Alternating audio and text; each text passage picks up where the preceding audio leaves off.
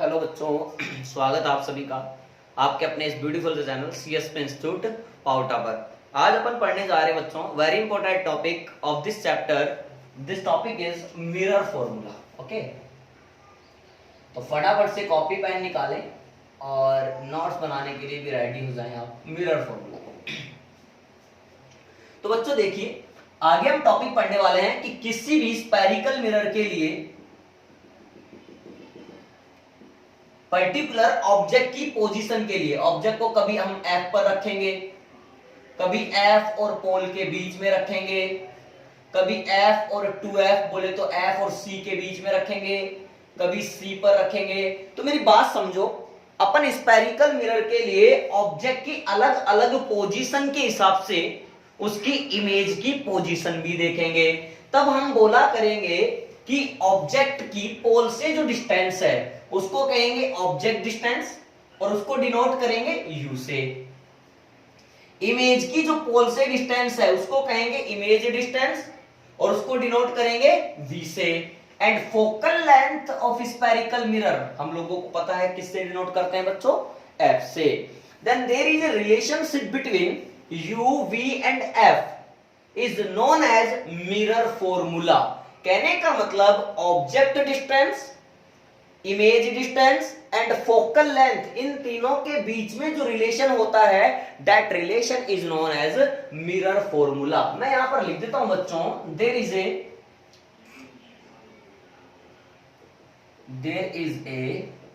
Relationship between object distance comma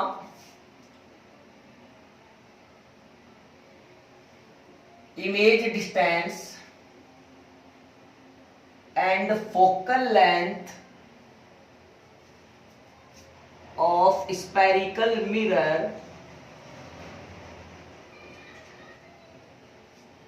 is called mirror formula। is called mirror formula। अच्छा, relation किस तरह का होता है बच्चों, 1/v plus 1/u is equal to होता है 1/f। ये आपका आता है मिरर फॉर्मूला। अच्छा, यहां पर बच्चों u क्या है सर, u है distance of object from pole, pole से ऑब्जेक्ट की डिस्टेंस। अच्छा, v क्या है सर, ये है डिस्टेंस ऑफ इमेज फ्रॉम पोल।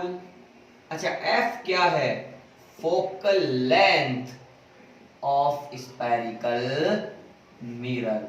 तो कहने का मतलब ये हुआ कि object distance, image distance and focal length में जो ये रिलेशन होता है, इसी रिलेशन को बच्चों क्या नाम दिया जाता है, मिरर फॉर्मूला। अच्छा, हमारे 10th सिलेबस में इसका डेरिवेशन नहीं गिवन है, इसलिए हम इसका डेरिवेशन नहीं करेंगे, केवल फॉर्मूला दिमाग में रखेंगे। इस पर न्यूमेरिकल बनाए जा सकते हैं बच्चों। आपको V और U दे करके F पूछ सकता है, आपको F और U दे करके V पूछ सकता है। इस तरह से आपको क्वेश्चन वो दे सकता है। अच्छा बच्चों, इसी फॉर्मूले को हम आगे बढ़ाते हैं।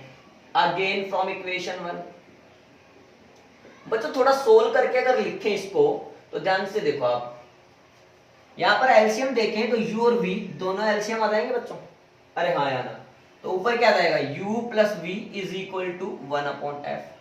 बच्चों मुझे यहां से f निकालना हो तो सर, f निकालना हो तो इसको उल्टा कर लो, uv/u प्लस v। हाँ या ना, डायरेक्ट भी ऐसे फॉर्मूला लगा सकते हैं। नहीं याद है, अगर ये फॉर्मूला नहीं याद आ रहा है तो आप इसको याद रखिए। आपको बच्चों अगर मान लीजिए v निकालना हो तो देखिए अगेन फ्रॉम इक्वेशन 1 फिर से करते हैं। 1/v को इस साइड रखा, 1/f माइनस 1/u। बच्चों 1/v इज इक्वल टू, यहां एलसीएम आएगा आपका uf, इधर आ जाएगा u माइनस f।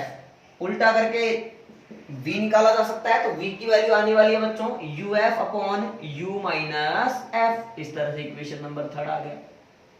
क्या लगता है, इस तरह से क्या v भी निकाला जा सकता है सर? बिल्कुल। तो मैं आपको v भी लिख कर दे देता हूं बच्चों इक्वेशन नंबर 3 में। v का फॉर्मूला, एंड सिमिलरली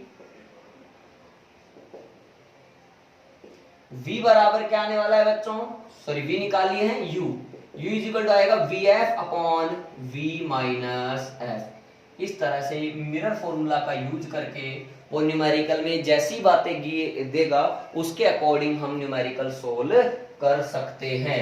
ये आपका मिरर फॉर्मूला का कॉन्सेप्ट है। अब बच्चों नेक्स्ट टॉपिक जो आता है हमारे पास वो है मैग्निफिकेशन। आइए जरा मैग्निफिकेशन के बारे में भी चर्चा करते हैं।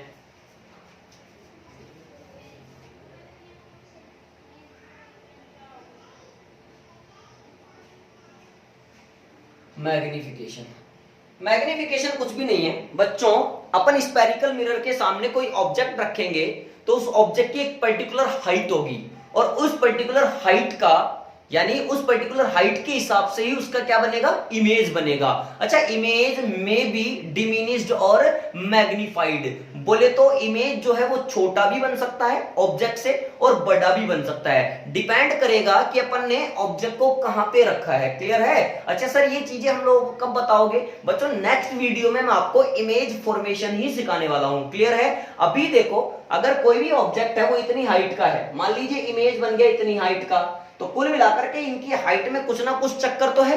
Then magnification is defined as the ratio of height of image to the height of object. कुल मिलाकर के बच्चों बात करूं इसकी डेफिनेशन की तो क्या कहूंगा, the ratio of height of image to the height of object is called magnification. The ratio of height of image to the height of object is called magnification. It is denoted by m. इसको किससे denote करते हैं बच्चों? m से। Hence magnification is equal to, magnification का formula देखते हैं बच्चों। मैग्निफिकेशन बराबर होता है height of image upon height of object. Magnification को बच्चों m से दिखाया जाता है, m is equal to H I upon H O. अच्छा बच्चों एच आई बोले तो height of image, H O बोले तो height of object. Equation number 1, ऊपर भी हाइट नीचे भी हाइट, तो हाइट की यूनिट से हाइट की unit cancel, then we can say that m की कोई यूनिट नहीं होगी, then m is unitless quantity. m बच्चों कैसी क्वांटिटी हो जाएगी आपके पास में? यूनिटलेस, यानी इसकी कोई क्वांटिटी इसकी इस क्वांटिटी की कोई यूनिट नहीं होगी। m अपने आप में एक यूनिटलेस क्वांटिटी होगी। क्लियर? अच्छा मैग्निफिकेशन की कहानी केवल यहां तक ही नहीं है बच्चों, इसका एक और फॉर्मूला यहां पर निकाला जा सकता है, तो आप जरा ध्यान से देखिए, मैं आपको इसका एक और फॉर्मूला निकाल के देता हूं। आइए, मैंने कहा देखिए जैसे मान लीजिए, ध्यान से समझना, ये एक कॉनकेव मिरर है बच्चों। क्या है ये? Concave mirror. इसके लिए प्रिंसिपल एक्सिस हो गया। हमने कहा यहां पर एक ऑब्जेक्ट रखा हुआ है जिसका नाम है AB, और हमने क्या करा, सीधी लाइट रे एक इसके पोल पर इंसिडेंट करवा दी। कहां पे इंसिडेंट करवा दी बच्चों? पोल पर। इस तरह से ये पोल पर इंसिडेंट होगी। अब पोल पर जितने एंगल पर आती है उतने एंगल पर रिफ्लेक्ट होगी। इस तरह से चली गई बात, समझना। स्केल पेंसिल लेकर बनाएंगे, अच्छा बनेगा। ठीक है, आगे देखिए।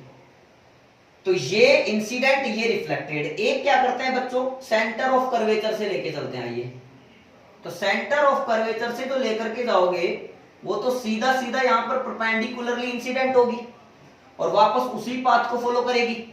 अब ध्यान से देखें तो एक रिफ्लेक्टेड रे ये है और एक रिफ्लेक्टेड रे ये है, ये दोनों यहां कट कर गई। अब ये जहां कट कर गई वहां बन गया इसका इमेज। चूंकि ऑब्जेक्ट यूं था, इमेज यूं हो चुका है, तो ये पॉइंट हो गया मेरे पास B डैश और ये मेरे पास हो गया बच्चों A डैश। बात समझ लो।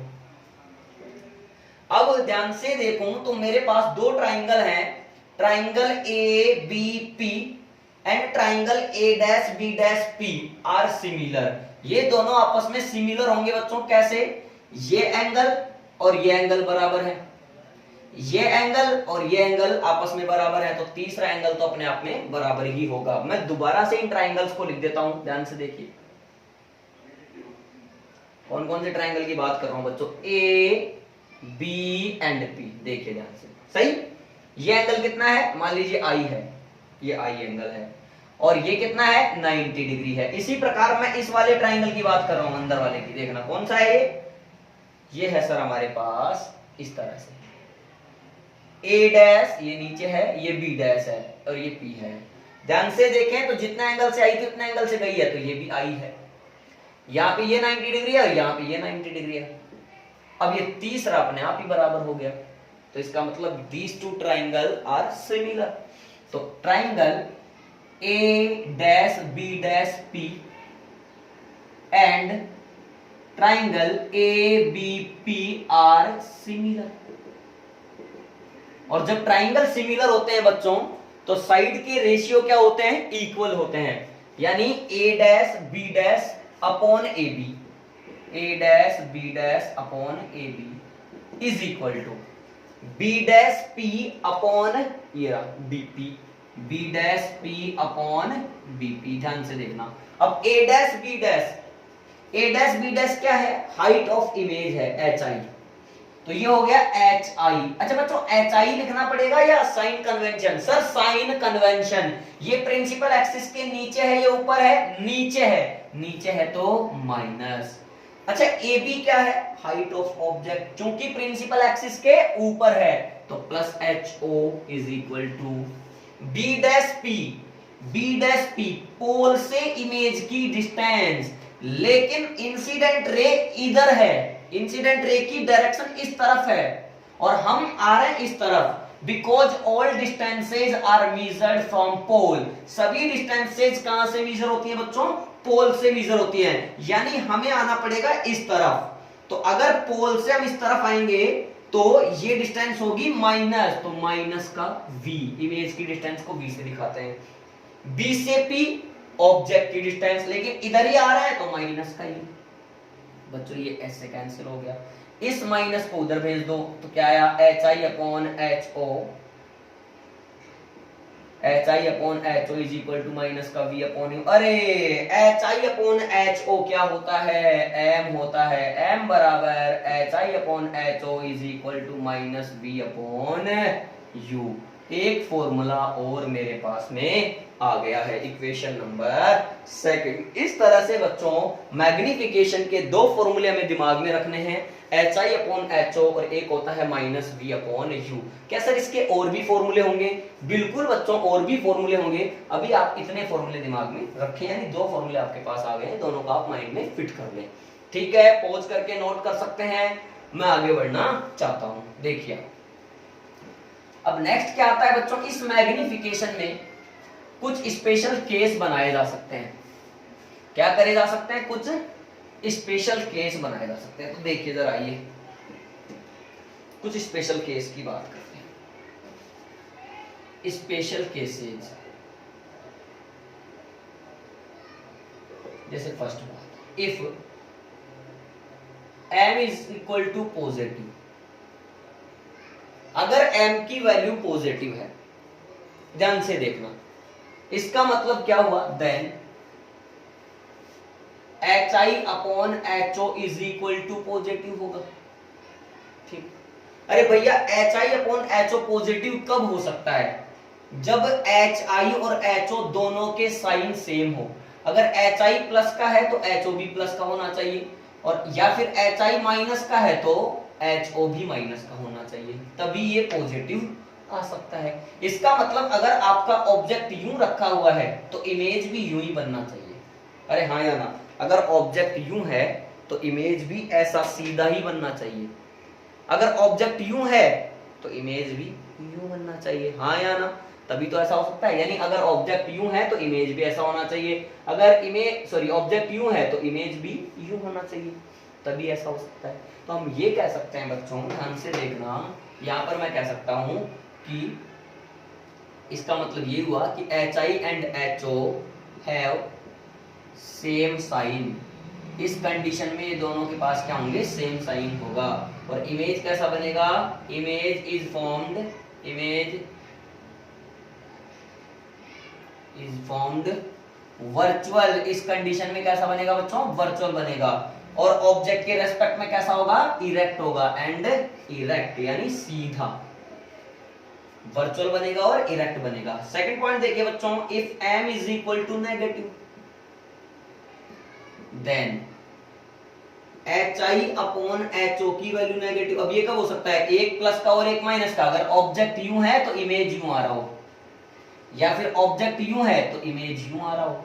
यानी कह सकते हैं HI and HO have opposite sign. इन दोनों के जो चिन्ह होंगे, जो साइन होंगे, वो क्या होंगे बच्चों, अपोजिट होंगे। क्लियर। इसी तरीके से इमेज जो बनेगी उल्टी बनेगी और रियल बनेगी। Image is formed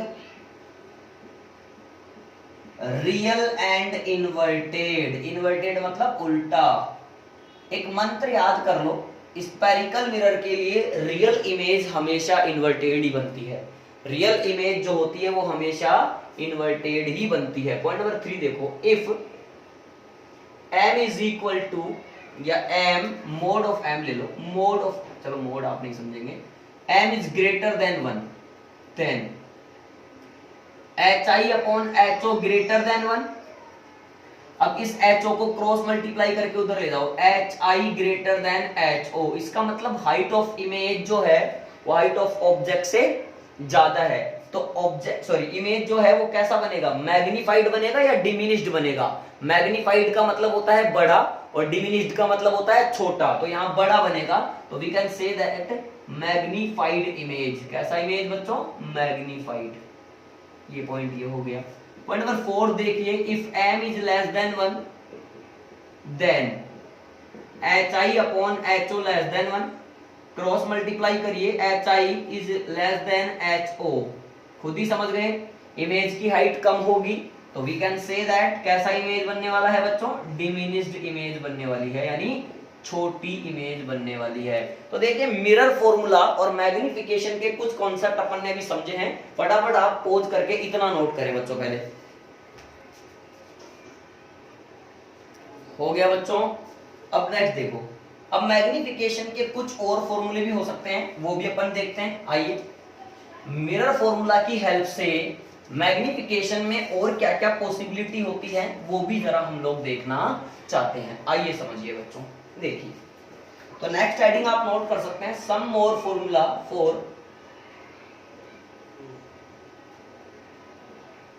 for magnification. समझना। आइए बच्चों, bye mirror formula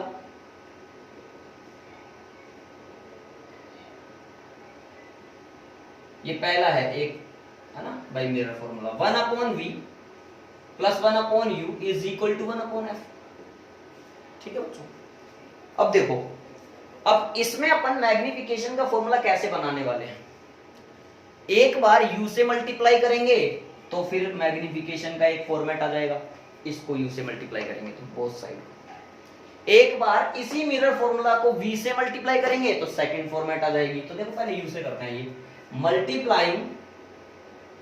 multiplying by u both side of mirror formula. अब एक बात बताओ, दोनों साइड में सेम काम कर सकते हैं? ये मैं नहीं कहता, आपकी गणित मैथ कहती है। u अपॉन v, u से मल्टीप्लाई करा, u upon u is equal to u upon f। देखो सेम काम किया जा सकता है बच्चों। u upon v as it is plus 1 is equal to u upon f। इस 1 को उधर ले जाओ, u upon v is equal to u upon f minus का 1। u upon v is equal to, यहां एलसीएम लेंगे तो f आ जाएगा, यहां क्या बचेगा u माइनस f। बच्चों मैंने आपको m के फॉर्मूले बताए हैं, HI/HO is equal to minus का V/U, यहां आ रहा है U/V, उल्टा करो पहले, V/U, ठीक है, is equal to F/U minus F। ध्यान से देखना, देखते रहना बच्चों ध्यान से, क्या आएगा बच्चों, इसको V/U, तो V/U नहीं माइनस V/U, दोनों साइड माइनस से मल्टीप्लाई कर दो, minus V/U is equal to, यहां जब करोगे तो माइनस F/U माइनस F, तो एक काम करो F/ नीचे माइनस काम ले लो, तो F जो है वो प्लस का हो जाएगा और U माइनस का हो जाएगा, F माइनस U। अच्छा बच्चों इसको ही मैं क्या कह सकता हूं, मैग्निफिकेशन, F/F माइनस U, यानी अगर U और F दे करके M पूछे तो बता सकते हैं, या M और F दे करके U पूछे तो बता सकते हैं। इस तरह से इस फॉर्मेट पर भी क्वेश्चन किए जा सकते हैं। सेकंड पॉइंट भी समझ लेते हैं, अगेन बाय मिरर फॉर्मूला।